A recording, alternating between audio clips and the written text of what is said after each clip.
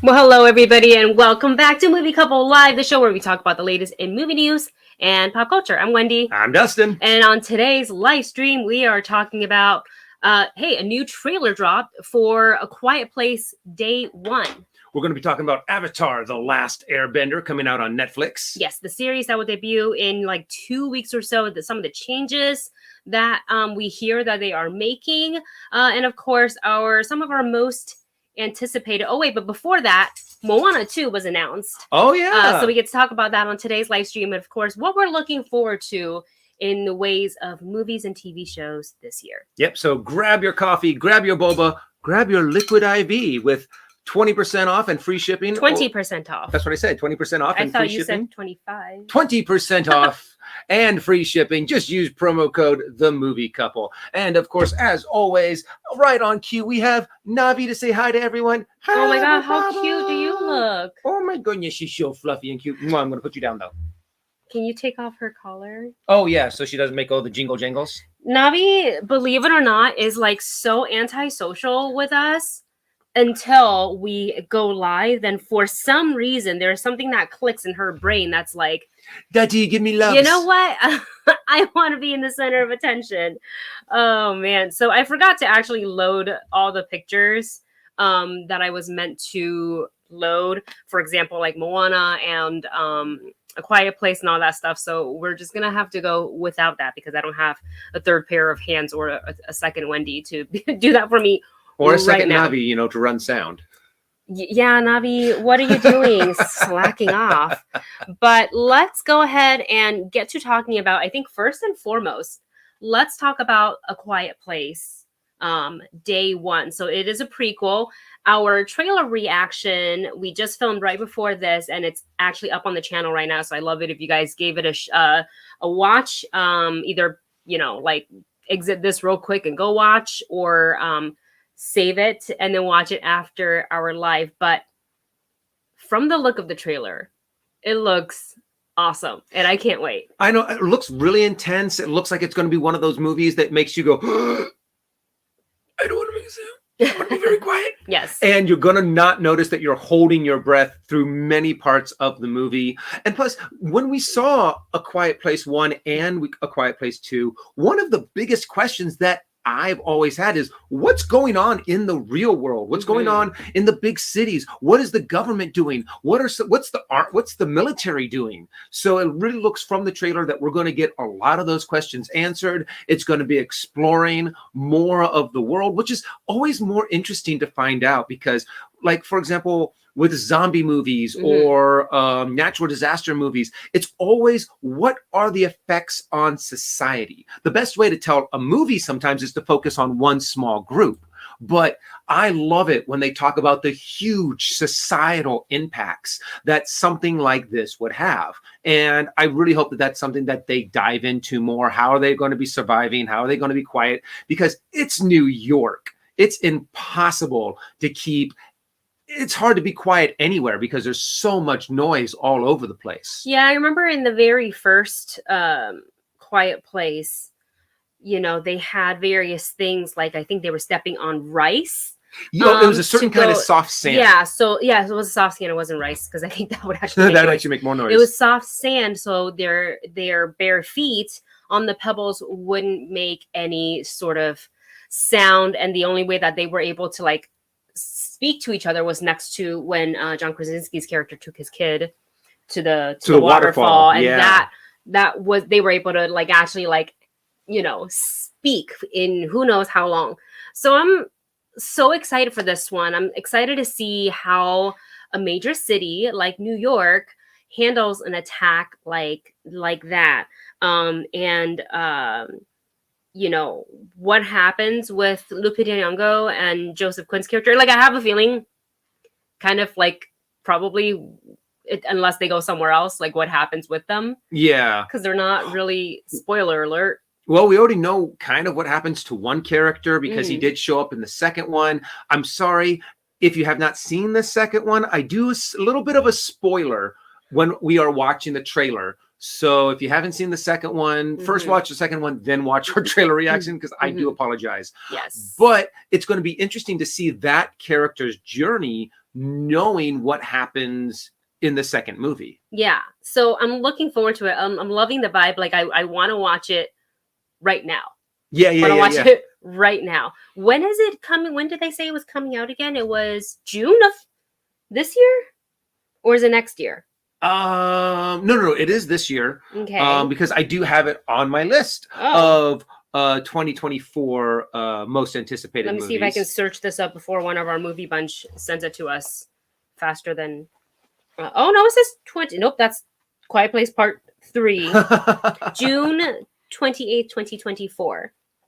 And I want to point out MK Songbird's comment here. Didn't watch the trailer yet, but looking forward to it. Michael Sornosky, I hope I'm saying that right, directed and co-wrote it. His previous film, Pig, with Nick Cage, is excellent. Ooh. Yes, I will have to agree with that. So I'm looking forward to it. Really looking forward to it. Can't wait. So check out our trailer reactions up on the channel right now and comment your thoughts in the chat or in the other video, what you thought of the trailer and what you're looking forward to. And did you like part 1 better or part 2 better? I can't decide. I like them both so much. Like A Quiet Place Part 2 was such a solid follow-up. It was. Yeah. And it is I love it when you have movies like that, when you can't decide on which one is better, the first or the second one. Mm-hmm. But the first one did such a good job on bringing this new idea Mm-hmm. of, what happens if there is an apocalyptic creature event and you can't make any noise and it has to be super quiet. Yes. So, and I loved that they made it practical, believable. They used sign language. When they were playing Monopoly, they had like soft things as their little, And it really was a family movie. So not for the family, but it's about a family. And family movie, like a whole let's go family, take the like kids to see A Quiet Place. They become traumatized. No. Because even though I have to admit, it's not your stereotypical like horror movie slasher kind of a film, right?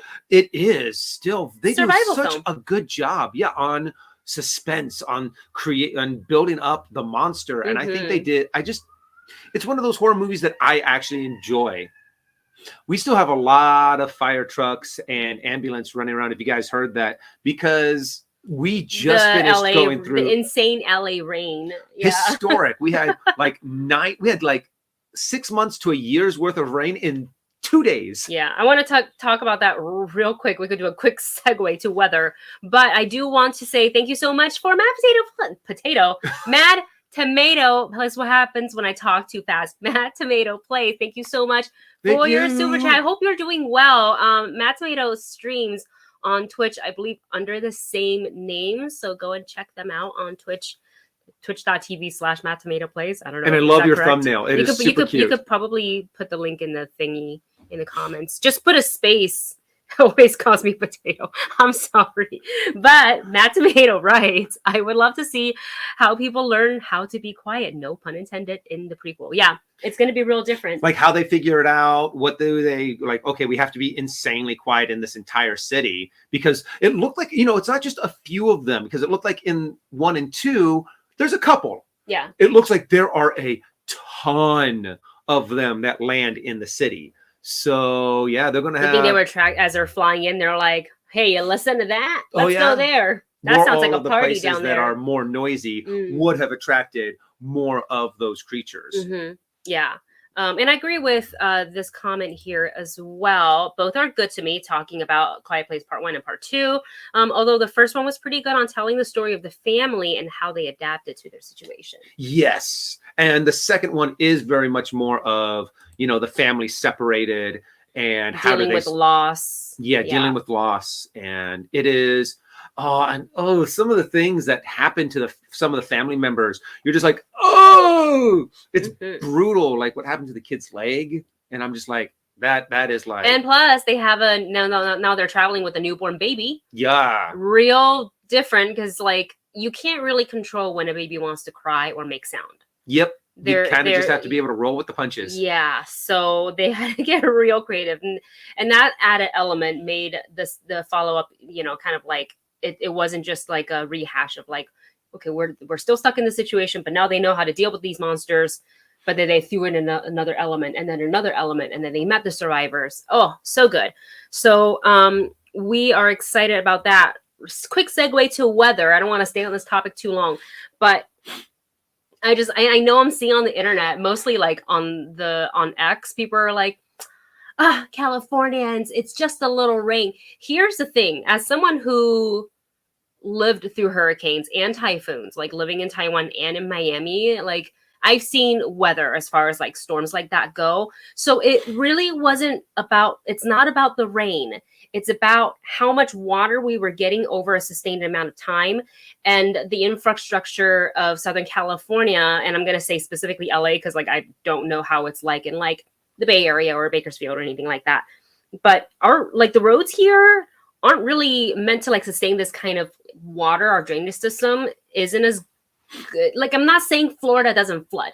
I've seen it flood during hurricanes, but it unfloods very quickly. And most of the time people have flood insurance. People here have earthquake or like fire insurance. And that's the big thing. Each area is designed for the natural disaster that they normally get hit with. Here in California, we can get a 7-point something earthquake, and we can be like, okay, you know knock on wood, I don't want that. I don't want that. But yeah, we could get, pretty big earthquakes, and we can shrug it off. A 5-point, Wendy and I don't get out of bed for a 5.0. I don't feel it usually. However, if there was an earthquake like that, say in Florida, there would, they'd be like, what the heck is this? Yeah. They're not used to it. Whereas we get a hurricane here, we're in big trouble. Yeah. I feel like I should know how to act in an earthquake, because like in Taiwan, we get tremors and stuff.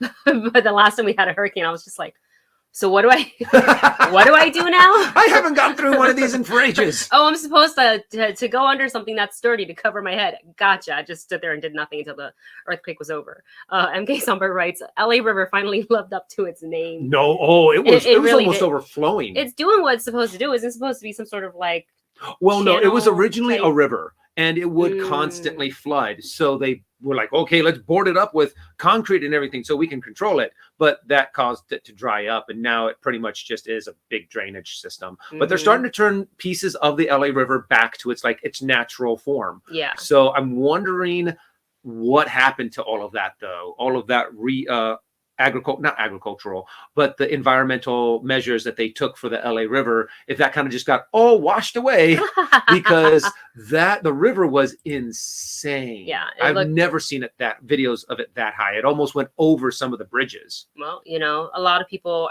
for some reason, I think I heard that they had to helicopter rescue, like it was like 8 or 11 people plus a couple of animals. So I hope everybody was safe, and thank you to all the workers for working around the clock to make sure our city run. So final thing on the weather, just want to read this comment from World of Devon. I'm in Fresno, California, and we keep getting rain. I love it, but too much sometimes. Do you guys know Fresno, California? We're 4 hours away from you. Yeah, I didn't know that, so thank you.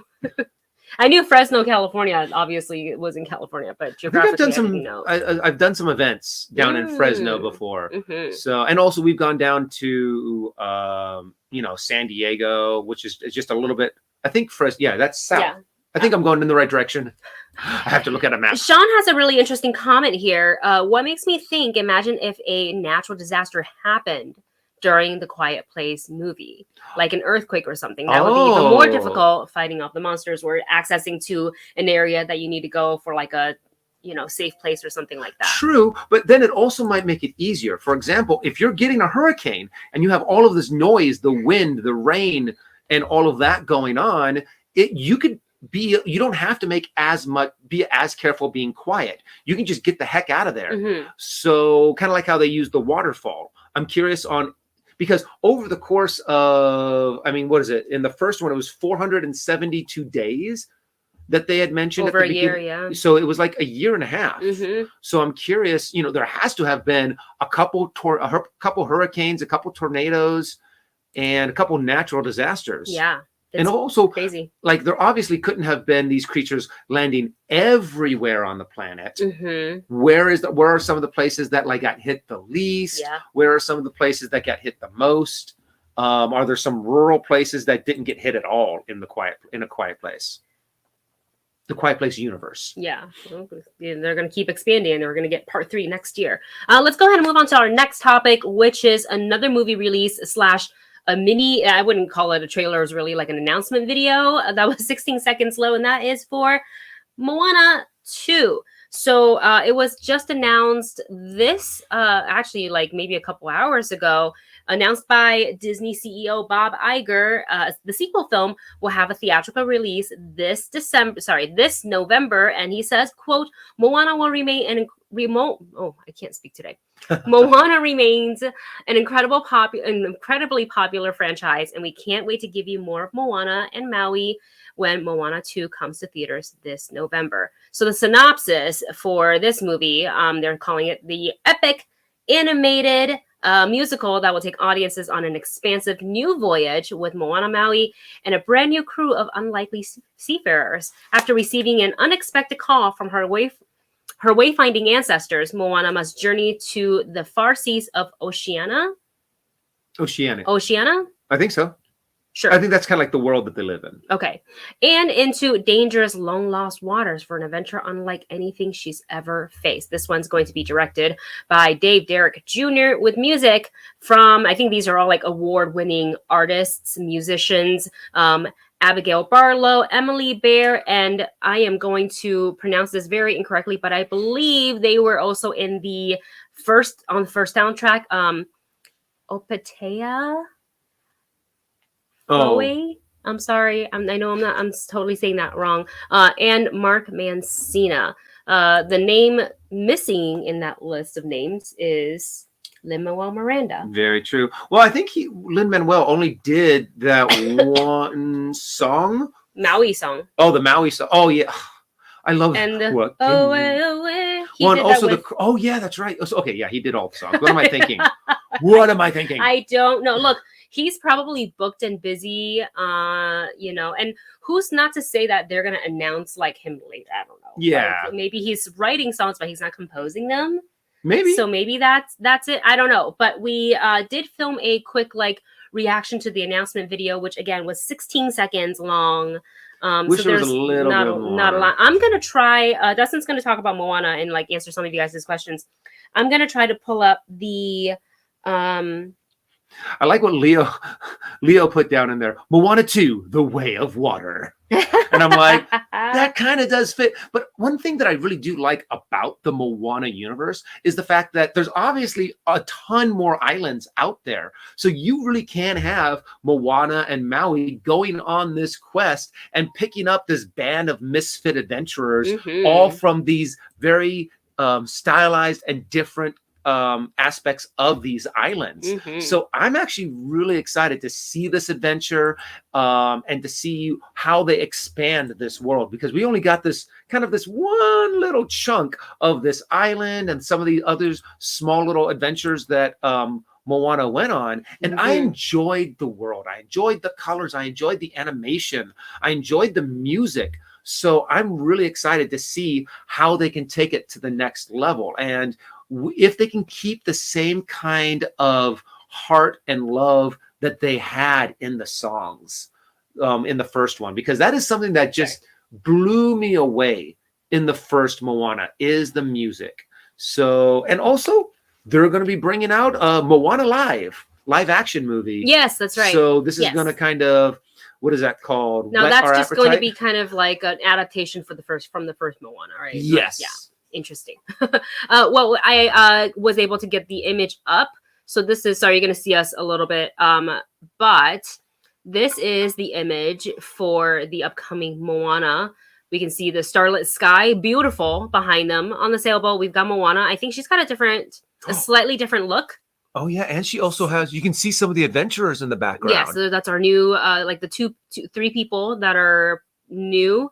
It looks like there's another young girl up on the mast. It looks like there's an old lady, and then there's another warrior type. I'm wondering if the warrior guy and Maui are going to kind of butt heads, because he's like, I'm a warrior, but oh my gosh, you're Maui. Yeah.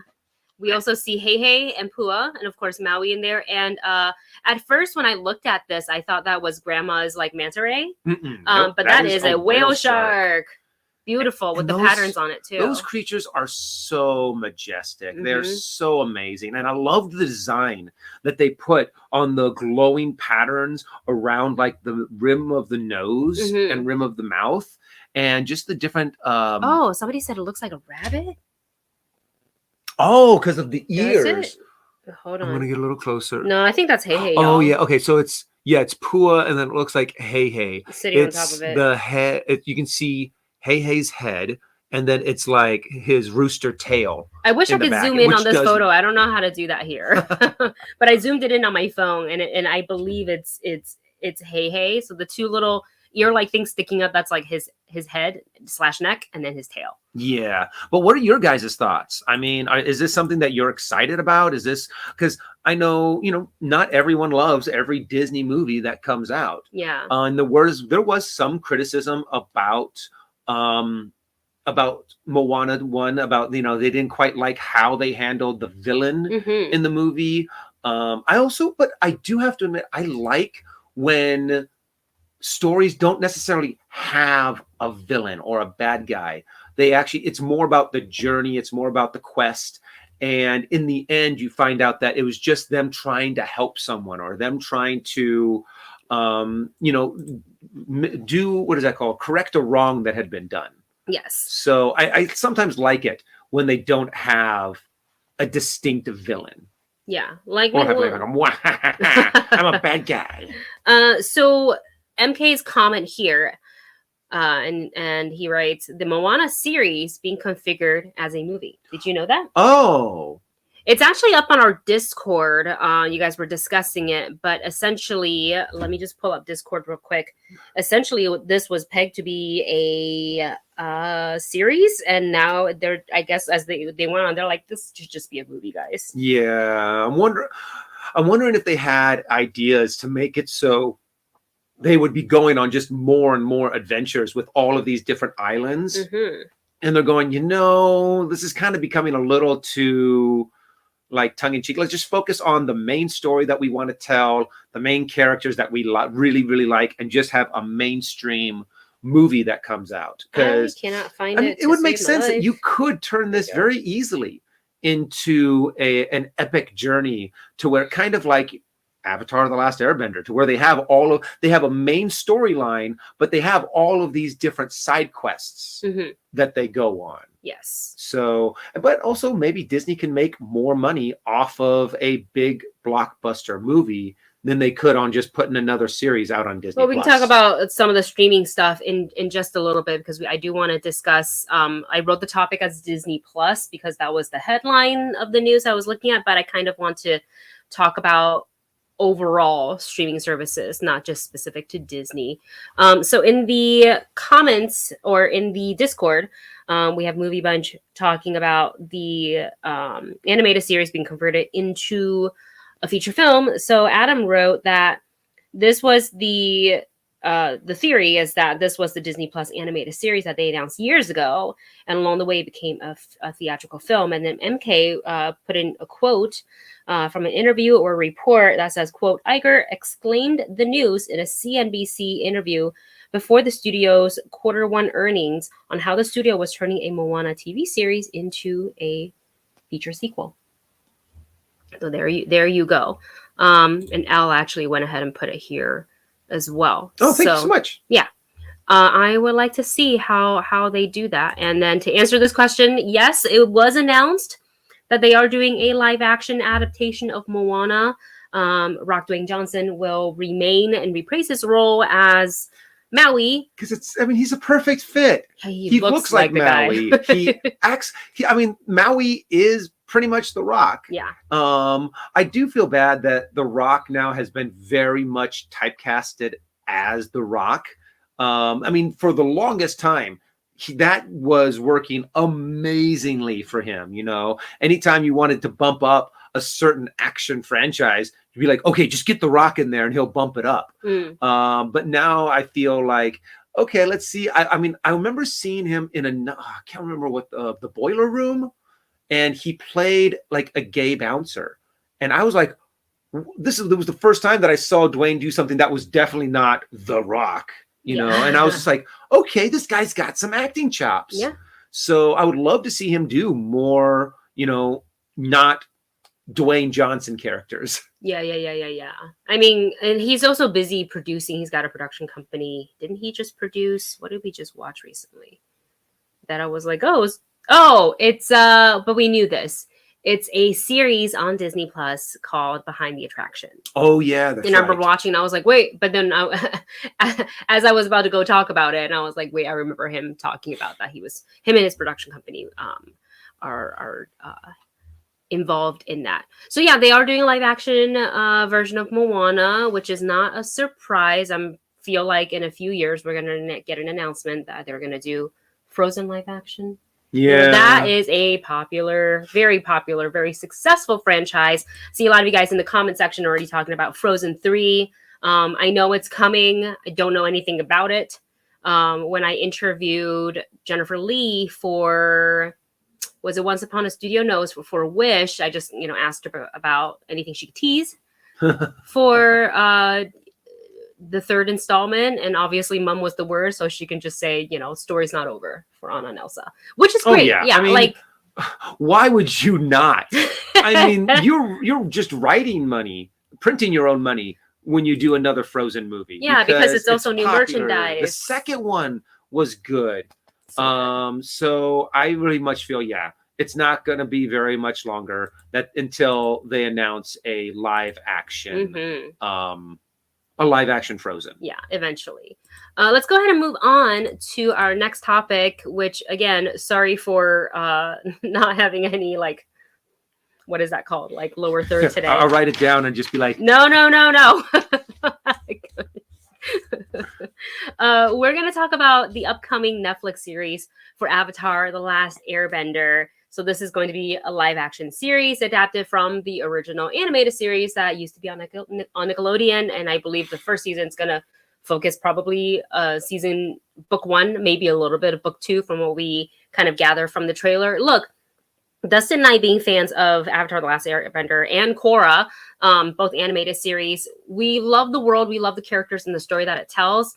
So when it comes to adapting it, like, I feel like as long as they understand the core story of it and it doesn't try to turn it into its own, like, change it. Like, I don't need you to change even something small, like how you pronounce a character's name. Don't do that. It's established. You don't need to change it. The characters look a certain way. They have certain characteristics. Let's just keep that in there, because when you do an adaptation, that's what people are going to look for, right? Like, I think, for example, the One Piece animated series, I thought they did a pretty good job with that. Yeah. I really haven't heard, as far as like the diehard like One Piece fans go, because we know we have a couple of friends who are like, they love the manga and they love the anime. They really didn't have anything bad to say about, somehow One Piece. They made the cheesiness work, and it fits, and it just, with some of the other anime live actions that they've done, they just did not get that equation right of how to be able to turn this material into either a live action movie or into a live action TV show. But they did a really good job on being able to pick out the most important parts and getting those exactly right, and being able to balance the cheesiness with the live action, and being able to get the actors themselves to be able to sell this stuff that, there's got to be, when they were filming it, sometimes they're like just kind of snickering because it's really over the top, but it works and it's hilarious. And I'm glad that they're trying now they're like, okay, we kind of got this formula. Let's try it now on some other stuff and see if we can knock it out of the park on something else, because they're never going to get better unless they keep trying. Yes. And I'm hoping they nail it for Avatar: The Last Airbender. It's weird. Please do. The meter of excitement has kind of gone, no, yes, no, yes, no, yes. We're also scarred from the previous adaptation. Exactly. That we're just like, we can be excited. Like, I am excited. Look, I'm excited for the cast. I think the casting is good. The trailer looks promising. but a trailer's job is to make the show very enticing and fun and something you want to watch. So I hope so. But there was an article from GQ UK talking about a few changes and supposed controversies explained. So they kind of dug into an interview with the showrunner Albert Kim, and I can't remember who they did the interview with. I want to say it was Entertainment Weekly. Maybe they pulled from different interviews, so we'll kind of like source that for you as we read on to it. But I see a super chat, so I don't want to make people wait too long. Super chat. So let's go ahead and thank you so much to Jojo the Boy Hero. Thank my God, you. what a cute. Wait here. Oh yeah, the little thumbnail. Paper Mario. That is so cute. So cute. Isn't Avatar based on animated on Nickelodeon? Yes, and they use element powers like fire, wind, and water. Exactly. Yes, it's fire, earth, water, and air. And they kind of like there's certain things that can expand within those like element bendings, but we're going to talk about that here because obviously major spoilers. I'm actually excited because obviously you haven't seen it. So that means you get to watch it for the first time. I'm so jealous. I'm a little jealous. There's sometimes that I really wish that I could like erase my memory of seeing something and be like, I get to watch it again for the first time. But the Jojo, series will make you cry. It. Like the animated series, it's meant for kids. And it does start out that way. But it appeals to adults. Yes. There's a lot of issues that are very, like you've got your cheesy moments and you got your like, pulling your heartstring crying moments. And then you really want to sit there and support these characters. Like, I'm with you. Exactly. You got this. You can do it, Aang. You can do it, Aang. We love you. Yep, yep. And then when they introduce Toph, you're just like, yeah, there's so many characters and so many storylines that I love about Avatar: The Last Airbender, which makes it so hard sometimes when you hear about a movie adaptation or a TV or a live action adaptation, because when the first movie adaptation came out, I was pumped. I was so excited. And as most of you know, it turned out to be terrible, just to where you're like, you're sitting in the theater and we were just ripping our hair out going, what have you done? So what's wrong with it? What's wrong? We were watching a live adaptation of the Ember Ireland player. That's so if you watch the animated, And so when they announced that, oh yeah, we're going to be doing a live action TV series, a part of me was like, yay, more Avatar, but a part of me was like, no, not another live action. Then I saw the first trailer and some of the first images, and I was going, ooh, it looks like they're really going to hit this. There's a lot of things that are really good. And then we read this article by GQ. So let's dig into that a little bit. So, and noticing that, I'm kind of like, oh. Now, this is not our words. We are just reciting and reading to you the subheadlines within this article that I will, in fact, put in the comment section so y'all can so if you guys want to check it out along and see more of the details that they are talking about. There you go. Okay, so it is in the chat. I don't know if you can click on it. It's a kind of a long link, but if you might have to copy and paste. Yeah, if you can. If not, it's GQ UK, and the title of the article is called Avatar: The Last Airbender live action series, changes and controversies explained. So the very first subheadline talks about Sokka, who is Katara's brother, and the subheadline reads, Sokka won't be sexist anymore. And that kind of like, when I read that, I was like, huh? So let me see if I can. So in an interview with Entertainment Weekly, cast members who plays Katara and Sokka outlined the upcoming changes, including updates to the characterizations. Quote, I feel like we also took out the elements of how sexist Sokka was. And I feel there were a lot of moments in the original show that were iffy. So in the article, it also says it makes sense. This is not a quote. This is from the article. It makes sense why they tone down Sokka's sexism in the new adaptation. We don't necessarily want to hear Sokka continuously making misogynistic remarks about how, quote, girls are better at fixing pants than guys, and guys are better at hunting and fishing.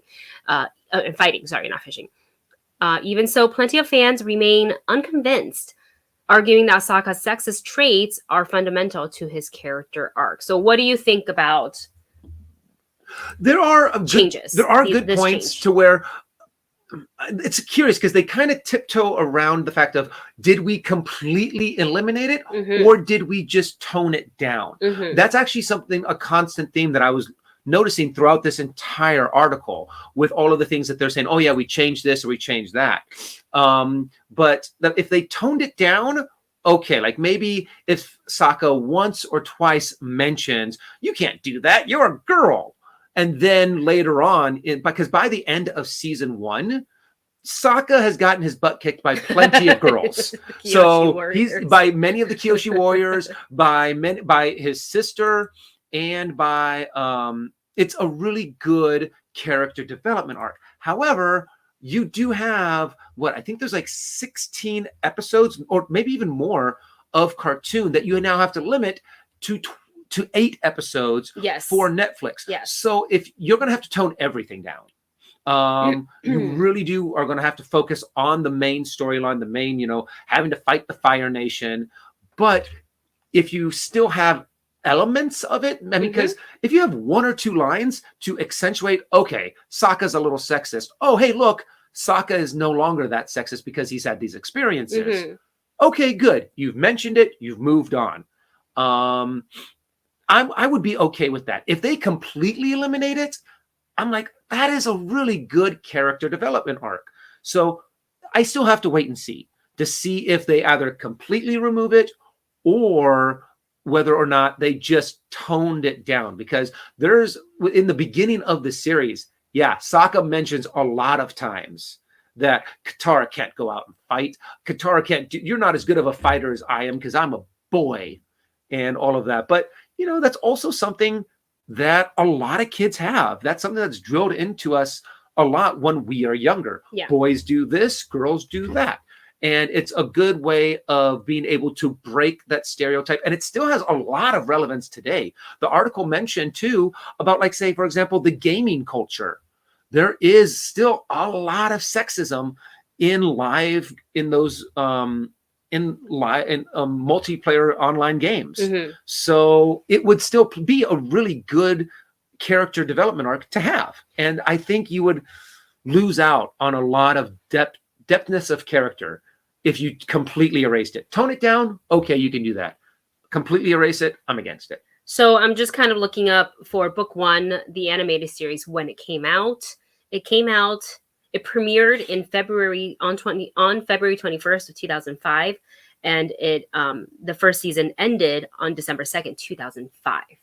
So that was a good run. I'm just saying it's a long time ago. So to me, it may not be them necessarily taking that part of Sokka out completely. I think they're just maybe adapting it and molding it to something that would fit the narrative for a live action. Like, because I feel like sometimes the dialogues that you write for an animated series and then the way you can't write the same for a live action adaptation, even though it's based on the animated. There's some lines that work and there's some lines that don't translate, and I feel like that's kind of what they're doing here. But again, we're gonna have to watch to really know for sure. Well, even in the One Piece live action, they took some of the lines and tweaked them just a little bit, so they work for a live action adaptation. So if they can tweak it and make it fit, awesome. If they completely just get rid of it,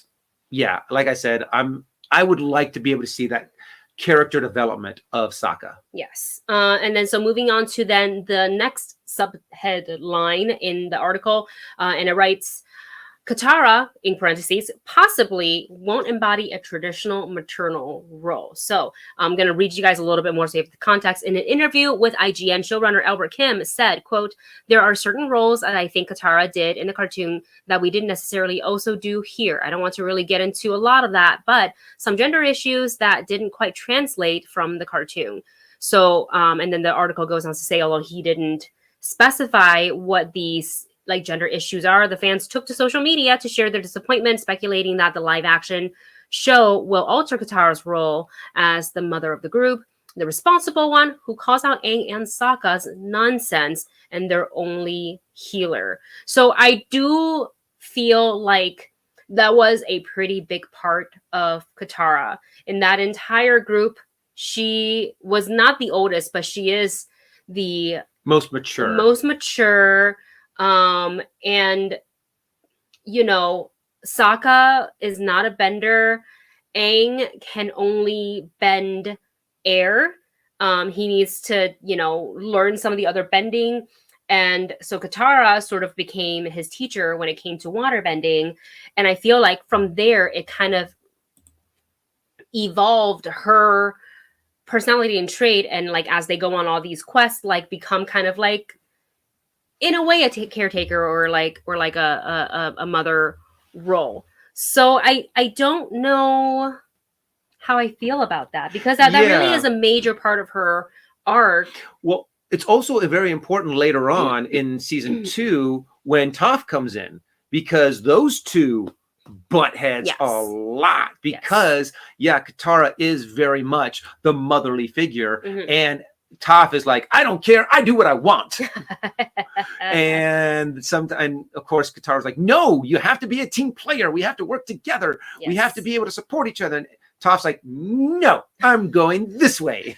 You know, all these characters, as I think back, they really, I love the arc that they go on, and all of them have major arcs, from Aang to Katara. That's what makes it such a good series. Sokka and to Toph, like all of them, even obviously Zuko and Zuko.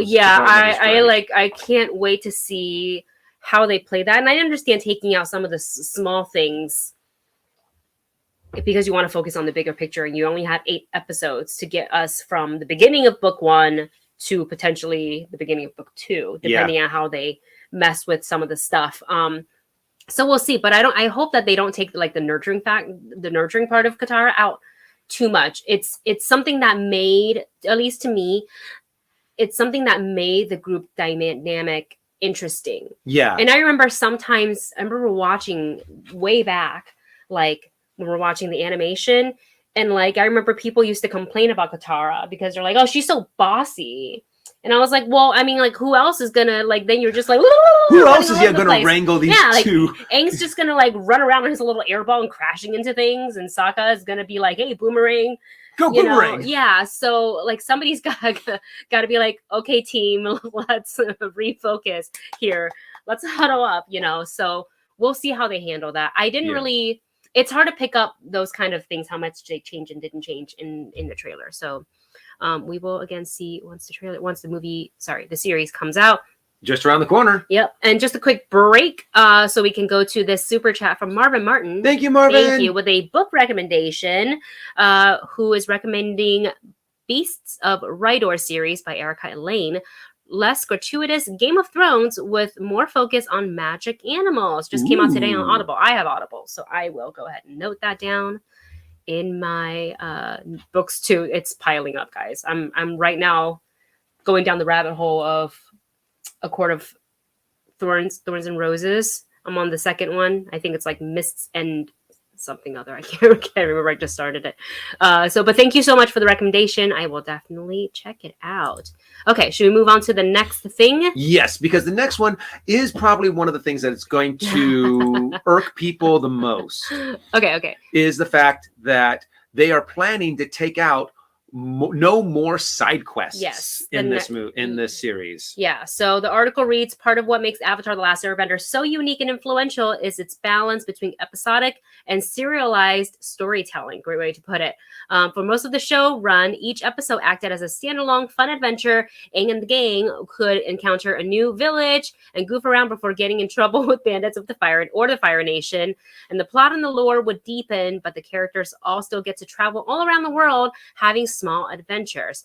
But from the outset, at least, this element of the series looks as though it will change. So in another interview with IGN, showrunner Albert Kim mentioned streamlining the story and eradicating some of the side stories. Quote, we essentially give him this version of what's going to happen that gives him much more narrative compulsion going forward, as opposed to let's make a detour and ride the elephant koi.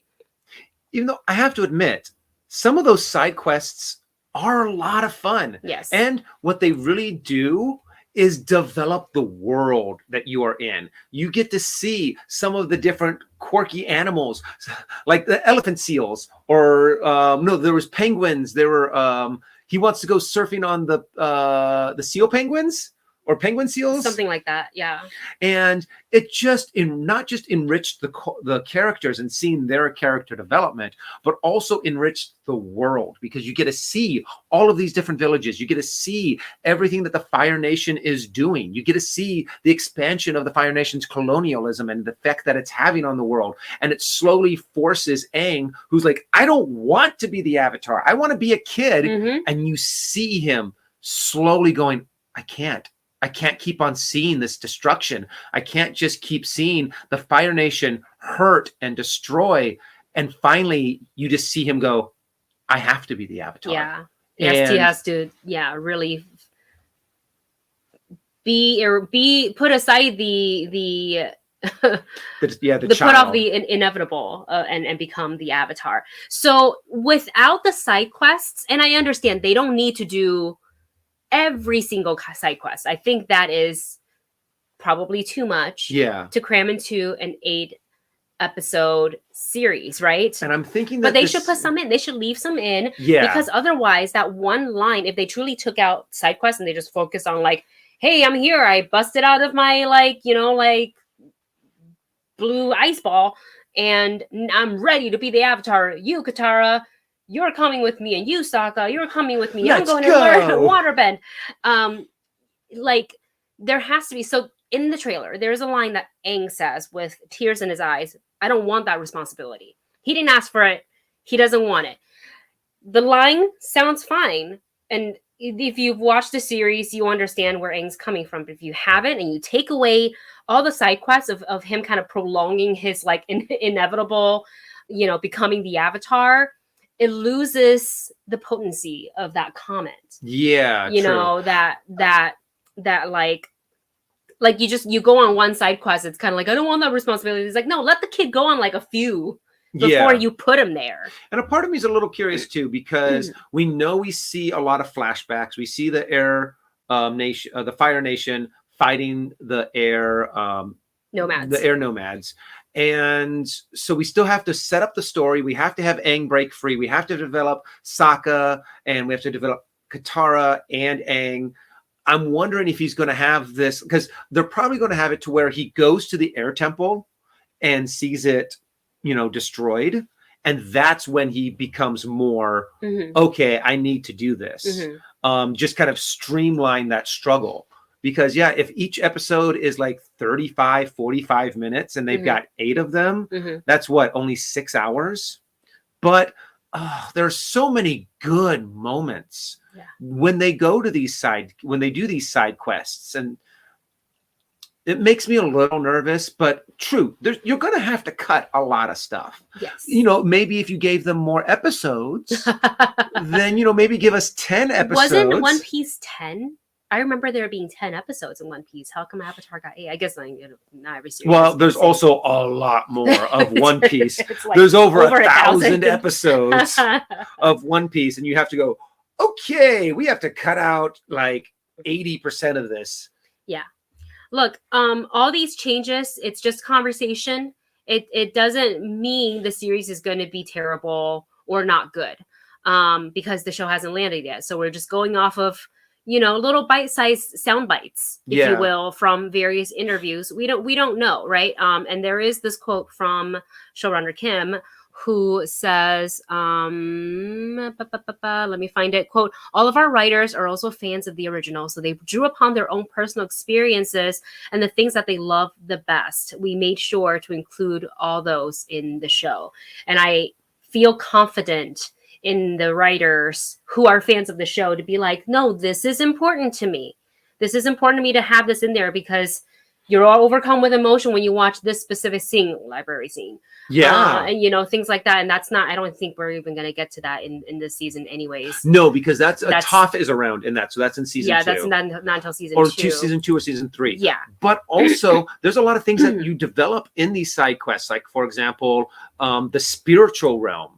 So there's a lot of things that, if you just focus on the Fire Nation, you're going to miss out on, the fact that the spiritual world is starting to run amok. The fact that Aang needs to be that conduit between, I think that's the right word, between the physical realm and the spiritual realm. So if you take out some of the side stories, that's where a lot of that part of the story is developed. Yeah. So, you know what? This just makes me want to go back and rewatch the series. Avatar. And rewatch so Avatar. Good. And they're bite-sized. They're under 30 easily minutes. digestible. Yeah, they're really, really good. We used to have our friends. We kind of held that DVD collection hostage for like a year, but we eventually gave it back, so we don't. But I think we can watch it on Netflix now, right? Oh, that would make sense now, wouldn't it? Yeah, we'll check that out. So that is a wrap on the Avatar topic. We're gonna go ahead and answer this super chat real quick. Thank you to C Black for your super chat. Right, ready for Deadpool trailer during Super Bowl? That's Super Bowl Sunday. Yeah, that is one of my most anticipated movies of 2024.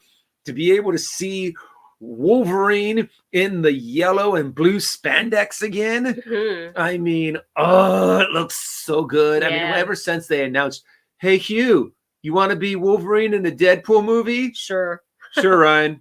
I'm like, yeah. Yeah, we're excited about the Super Bowl. Like, I don't really watch the Super Bowl. Sorry, I'm not saying. We just watched the commercials. Yeah, we watched the commercials, and we're really here for the trailers. But I hope whatever team you want to win wins. And the halftime show with Usher. I am looking forward to that. That's going to be awesome. But yeah, looking forward to see how they do with Deadpool.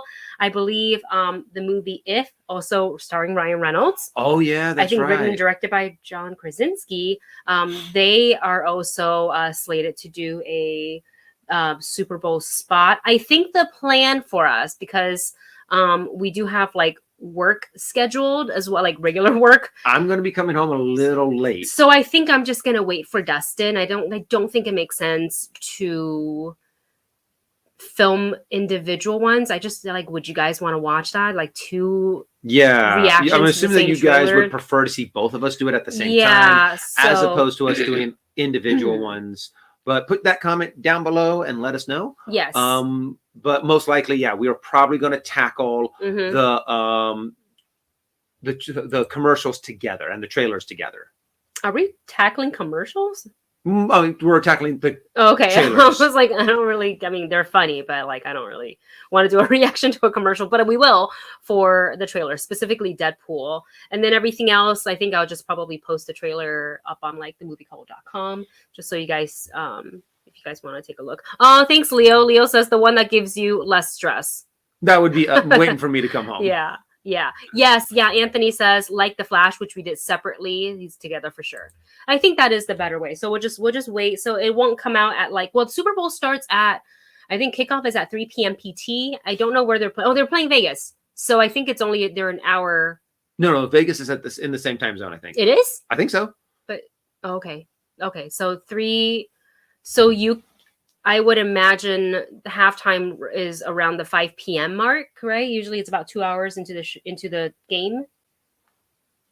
Yeah. Depending on how the first 2 quarters, like it really depends on how the game goes, right? But they'll put a big trailer such as Deadpool. They don't really put that out until after halftime, I feel like. Yeah, they're in the same time zone. Yeah, so okay. So Dustin gets home closer to 6. So I think that's going to be the plan. So we will be a little late, but it will. Oh, 3:30 p.m. Okay. So. Okay, cool. Well, hopefully they have a really long first and second quarter, and then Dustin will be home in time. So with that, let's go ahead and get into our last topic of the day, which will be our most anticipated movies of the year. Now, there's also this, but let's see if we have time after we talk about okay. this. Do you want to? You have the list. Well, I have don't. a list. Now, I have to admit, as we went through the show, I'm like, oh yeah, I forgot about that movie. Oh yeah, I forgot about that movie. Mhm. Even though the list that I went through is supposed to have shown all of the movies that came out in 2024, please let me know if I happen to forget something. If I don't mention one of the movies that you guys have, put it down in the chat, in the comments, and then remind me. Because, like, for example, if that is actually one of my anticipated movies, but it's not on my list because when I went scroll through the movies, it did not come out. It didn't pop up. So, what do you have so far? Okay, so first at the very top of my list is Dune 2. Yeah, I am excited for that movie. It's coming out just around the corner. It looks amazing. I'm excited to see the continuation of this story. And of course, you know, the amazing sound effects, the amazing visuals. It just looks amazing.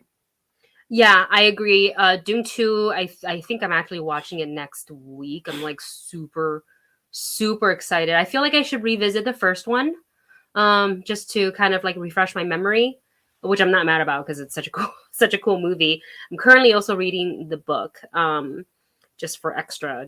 You have a lot of books that you're actually like reading all at once. You know, there's like I'm listening to A Court of Thorns and Roses. I am reading Dune because I don't feel like that's a listening book. And then I have queued up Three Body Problem that I bought on Audible, but I don't feel like it's a listening book. I feel like it's a reading book. And if you think that sounds weird, I feel like sci-fi is better read versus listened to. Some sci-fi, dense sci-fis like Dune, Three Body Problem, other sci-fi fiction fantasy type is less like for example, Ready Player One, listen to it, totally fine. Ender's Game, listen to it, totally fine. So anyways, Dune 2, and then the Monkey Man, that looks really good. By Dev Patel. The action, the fight scenes, the music, I was like, ooh. Yes, Ruru 2 also said Monkey Man. Yeah, that it just looks sick, and a lot of people are already comparing it to John Wick. Yeah, you know, it's got. I mean, it makes sense. A lot of the people who are working on the production side of Monkey Man also worked on John Wick, the franchise. So like, it makes sense. You hire them for what they were good at, right? To capturing all the good action. So I look forward to that. Yeah, it looks intense. It looks amazing. So yeah, I'm looking forward to the action. I'm looking forward to the fight scenes. It looks like some amazing choreography.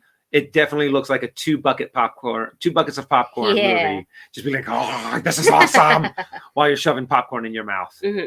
Another movie that I'm looking forward to is the continuation of the Ghostbuster franchise, Frozen Empire. At first, I was kind of like, what? They're doing a Frozen ghost kind of a thing. But as I've seen more and more of the trailers, the more and more I'm like, okay, there's other elements of this. Ghosts are coming back, and this is just one of the artifacts. I'm kind of like, ooh. And of course, Paul Rudd looks hilarious in it. I loved both the international and the domestic trailer, how they focused on different things. The domestic trailer really did focus on like the nostalgia of the Ghostbusters, but the international one told a little bit more of the story. Yeah. So I'm like, okay, this looks fun. It looks interesting. Let's give it a go. Yes. Okay. Next movie I'm looking forward to. I'm surprised that it made my list, but as I was thinking about it, I'm like, you know what? It just looked like fun, like popcorn eating type of fun movie, and that's Abigail, where a group of kidnappers kidnaps a young girl who is a ballerina, and unknowingly they kidnapped a child vampire ballerina. Yep, and it's all part of the way she ridiculously fun. You know, it really does. So that is one of the movies I'm looking forward to. It's not on my list, but I have to admit, when I saw the trailer, I'm like, okay, I can be on board for this. It looks like it's going to be a very fun, interesting kind of nice, cool little twist Yes. on the horror movie franchise. Yes. So another one that's on my list that I really liked the trailer for was The Fall Guy, with it's the stuntman one. Yeah. Names. The Fall Guy. Yeah, no. Oh, Ryan Gosling. Ryan Gosling, thank you, and Emily Blunt. Emily Blunt. Yes. Both of it looks like a fun romantic Knuff. comedy with action and fighting in it. Knuff. And I was like, okay, what is this? Okay, it's going to be about stuntmen. Oh, it's an action comedy based on an old TV series. Yeah. Yeah. So The Fall Guy looks like a great movie, and I'm excited. It's on my most anticipated movies of 2024. I'm gonna cheat and say Moana 2 because like why not? But also Inside Out 2. Yes, that is on my list. Inside Out 2. Nice. Yeah. And I love. Okay, so the new emotions were anxiety, ennui, embarrassment, and oh shoot, I can't remember what the fourth one was, but there was envy. Envy. Yeah. That's what it was. And I'm like, I like those. That adds a very interesting twist to Riley's character to see how these emotions start to develop and how they start to. Oh, and did I say embarrassment? No. I think embarrassment is one of the new emotions. Yes. So it's always fun to add new characters, new twists and turns. And I thought the first one was so heartwarming, so Pixar. Yeah. Where it made you cry. Yeah. Especially, I'm not going to say it just in case you haven't seen it. I don't want to do another spoiler. Yes. Like I did in the trailer.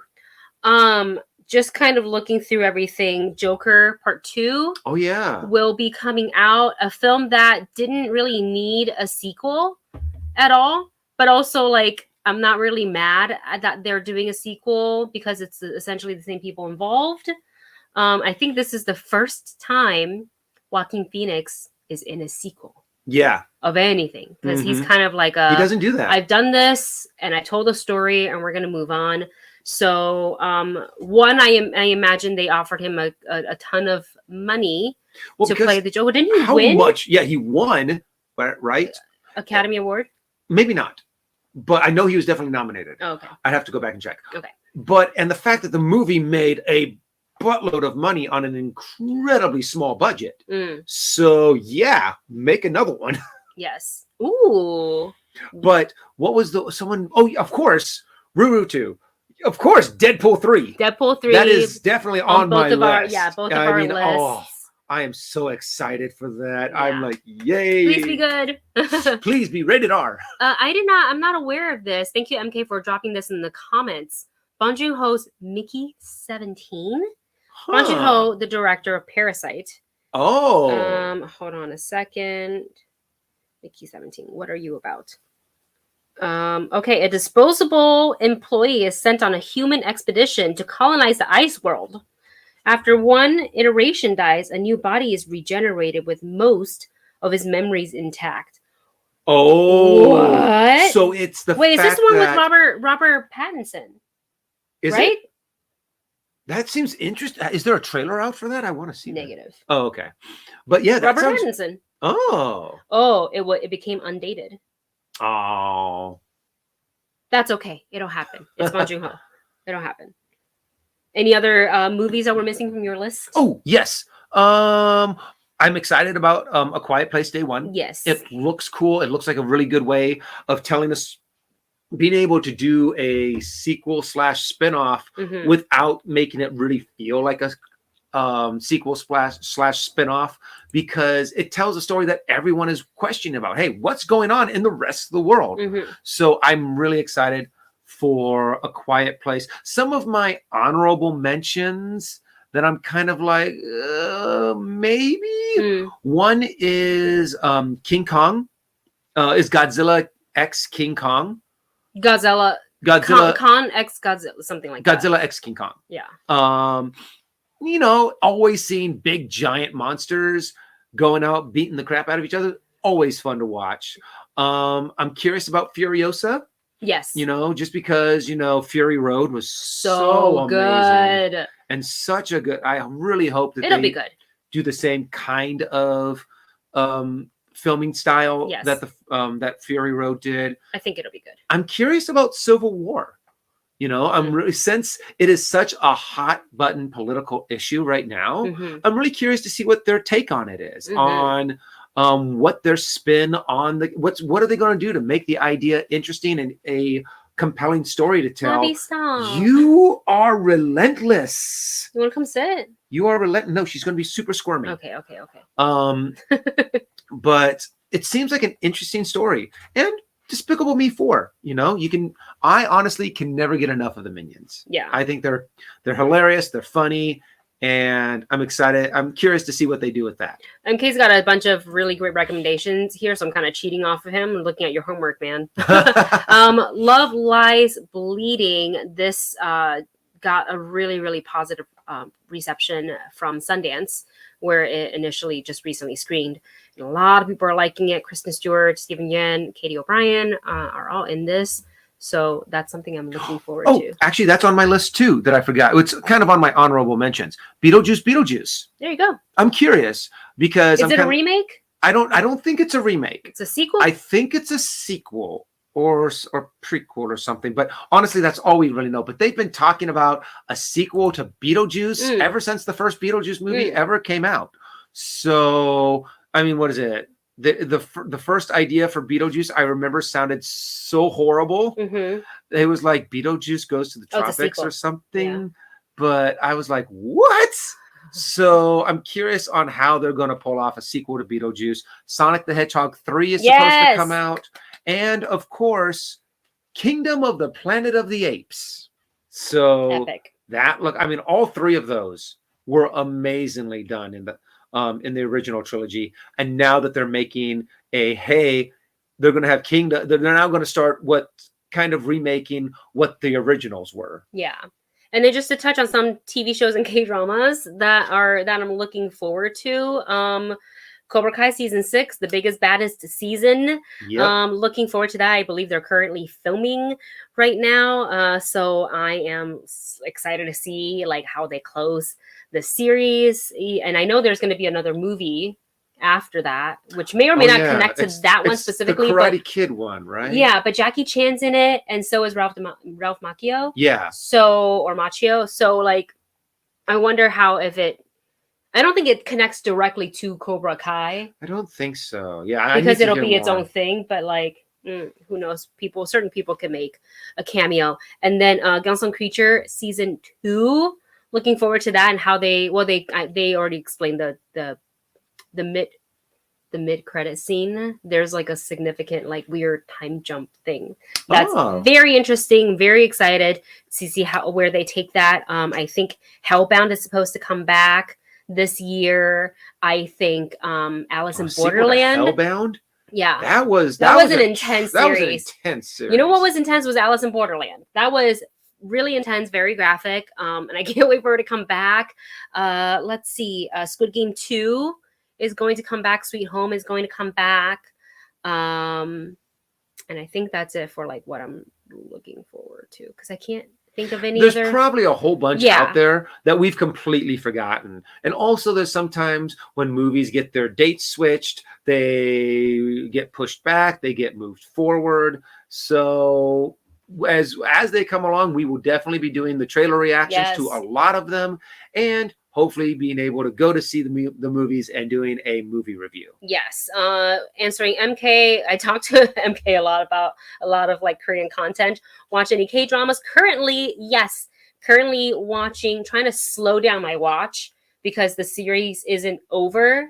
So I don't want to get to the point where I've run out of episodes and I have to wait. I'm not going to be able to stand it. But Marry My Husband on Prime Video. It is based on the webtoon of the same name. Just kind of like Death's Game. That's also based on a webtoon. I think that's the secret in the sauce. There is webtoons, popular webtoons adapt very well for K-dramas. Moving, for example, was really, really good.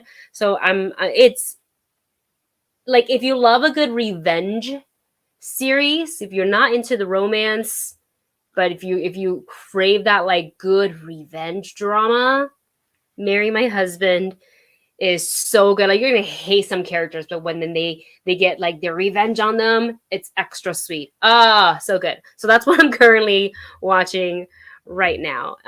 And then let's move on to one last topic before we go, which is we're just gonna talk about really quickly the states of like streaming services, and are the pricing too high? So there was an article on Variety that talks about how Disney Plus dropped 1.3 million subscribers amid their price hike, and streaming loss shrinks by 300 million. So Disney Plus lost 1.3 million subscribers in the final quarter of 2023 after a huge price hike. And this was after like you and I got hit with that too, because I think we were paying like 6 or 7 something, and it went up to like 12. 15. I mean, yeah, it was a significant price hike. Almost double. Mm-hmm. Yeah. I think we actually do have to start sit down and go through all of our streaming services. Yeah. And be like, okay, which ones aren't we using? Which ones can we watch somewhere else? Well, I'll tell you what we're keeping is Disney Plus and Netflix. We have to keep Disney and Plus Prime Video. And Prime Video, because Legend of Vox Machina season 3. Oh, but we don't know when that's coming out. I don't care. It's coming out, and I'm gonna watch it. You're so red. Oh my god, that is. I don't. That is one of the shows that I probably get the most excited for. I am a huge fan of the original of the streaming of Critical Role, of the light play. And I love it. So I cannot wait to see season 3 of The Legend of Vox Machina. If you have not checked out season 1 and 2, highly recommend to go see it. And after they're done with that, we can get The Mighty Nine. Yeah. My favorite. That's the one that, you and I just watched. We actually started from the beginning. During the pandemic. And we watched all of them. Beginning to end, never missed an episode. It's so juicy. So good. So with streaming, I feel like, remember way back when like they had cable packages and how you can stack, like it was like DirecTV with like Showtime, with whatever other cable, and then they got rid of all of that. Cable again. And streaming services have become cable again, just rebranded and calling it streaming, right? And you have packages. You have packages like you can Disney Plus and Hulu together. You can if you have your Amazon Prime or your Prime Video and you can subscribe to Showtime with that, then you get a discount and this and that. So it's getting so expensive. Like, I know I pay a lot of money for Netflix every month, so I make sure I watch the crap out of Netflix. Yeah. Luckily, they have a lot of K-dramas. I'm watching Blue Eye Samurai again, because I saw bits and pieces. Oh my god, it's so good. So good. It's very adult. Good. Don't show your kids. No. It's very adult. It is not a kids movie. No. It's a kids show. Yeah. But now I'm also probably going to be rewatching Avatar: The Last Airbender anime on Netflix. Mm-hmm. So we're going to be getting our money's worth out of Netflix. Yeah, but I do feel, with like when streaming was first introduced, and I was like, okay, cool. So like, the things that aren't as good as like that studios felt weren't theatrical release qualities can go on these streaming services. And I felt like it was fine in the beginning because everybody had their individual like streaming services. Yeah. That you could go on, like obviously Disney Plus and Paramount Plus and whatever other pluses and Max that will keep as well. Yeah. Because there's a lot of good stuff on there. But now it's getting out of hand. You're paying it could be up to like $16. And then, you times 2 or 3 of that same price. And on top of that, and I think this is why they're losing, not specifically to Disney Plus. That was just the headline that we were reading. But if you look at, some streaming services really cracking down on the password sharing, making really, really like the rules of like you have to be logged in from your home base for this amount of days. And I know when they first introduced that, some streaming services, got the backlash of like, well, I bought this for my home base, but it's also for my kids who are in the military as a form of entertainment when they are able to like sit down and unwind and watch like a Netflix here or there, or kids in college, or for their elderly folks that are living elsewhere, but they just, like swallow that cost, like, oh, here, because you can have up to certain accounts. But now with those certain accounts, you have to all log in within like the same IP address or home base. And it's really limiting your subscribers. So it makes me think like, our streaming service is really losing that much money Yeah. when it comes to password sharing, or is it just like diming and you Yeah. know? They're trying to nickel and dime us. Mhm. So, I mean, honestly, that's a really good question too. How much money are they losing? Are they actually making money? It seems they said that they were able to, for Disney Plus at least, by these price hikes, they were able to shrink that a loss margin by $300 million, which is not not an insignificant amount of money. Yeah. So yeah, it's just frustrating to see something that, you're like, oh, great, this is going to be better than cable. We're going to be able to get exactly what we want and only pay what we want pay for what we want, and then see it go, oh, Never mind. it's becoming cable all over again. All over again. So So at because if least you want certain live TVs, you have to sign up for a package. You can't even use whatever you were using before. Yeah. Like, unless you have like a Roku that comes with like 300 channels or something like that. And some people don't have that. Yeah. So. And most of those channels are channels you don't want to watch. It's true. You All watch of like the good one. shows are on different. And plus, there's so much content out there now. There's a lot. How the hell do you keep up with all of them? Yeah. Why have all of the streaming services when you're not going to be able to watch all of the shows? There is this question here from Ruru too, who says, how is Prime with the ads? I'm experiencing that right now because I didn't want to pay the extra $2.99 on top of whatever it is that we pay for Prime Video for ads. And the ads they're not like Hulu ads. Remember Hulu ads? Oh my gosh, Hulu ads have gotten out of control. I think before I'm not sure how bad it is now because I haven't watched a show on Hulu after moving. But like The Boys doesn't have any. I think they just introduced it because I just started getting it. It's not terrible, but I can see the attractiveness of like going ad free so you don't have interruptions. Yeah, but it's not bad because so far, knock on wood, it's only like one. Like you get 2 ad total. And sometimes they play back to back. Sometimes they play. Yeah, just one at a time, and it's over pretty quickly, so it's not too bad. But if like the $2.99 is kind of chump change for you, then just pay it and just do it without interruptions.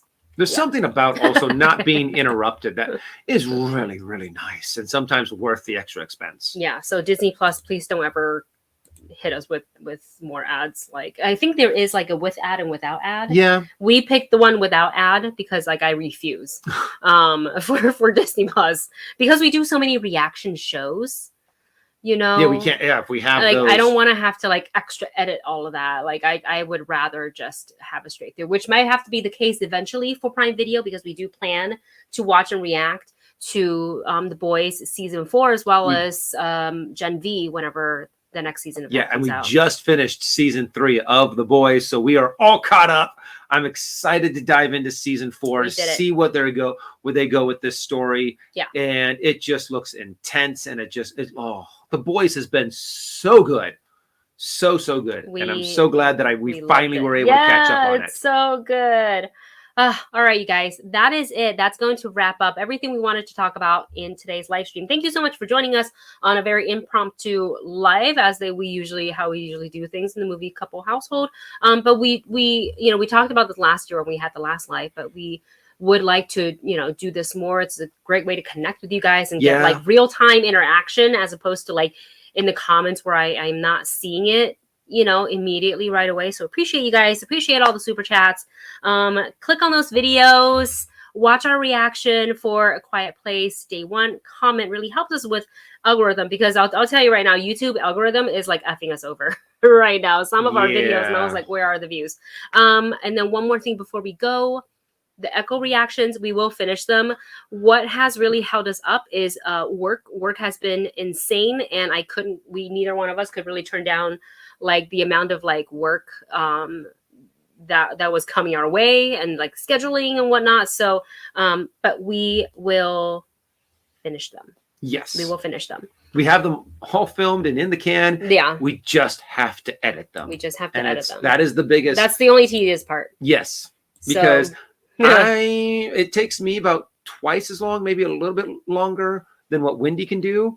So I'm trying to help out, but yeah, Yeah. we're slowly but surely chugging away at them. Yes. All right, you guys. That is it for us. You guys have a wonderful rest of the day. Thank you so much for your support, and we will see you in the next live or in the next video. Bye, everybody.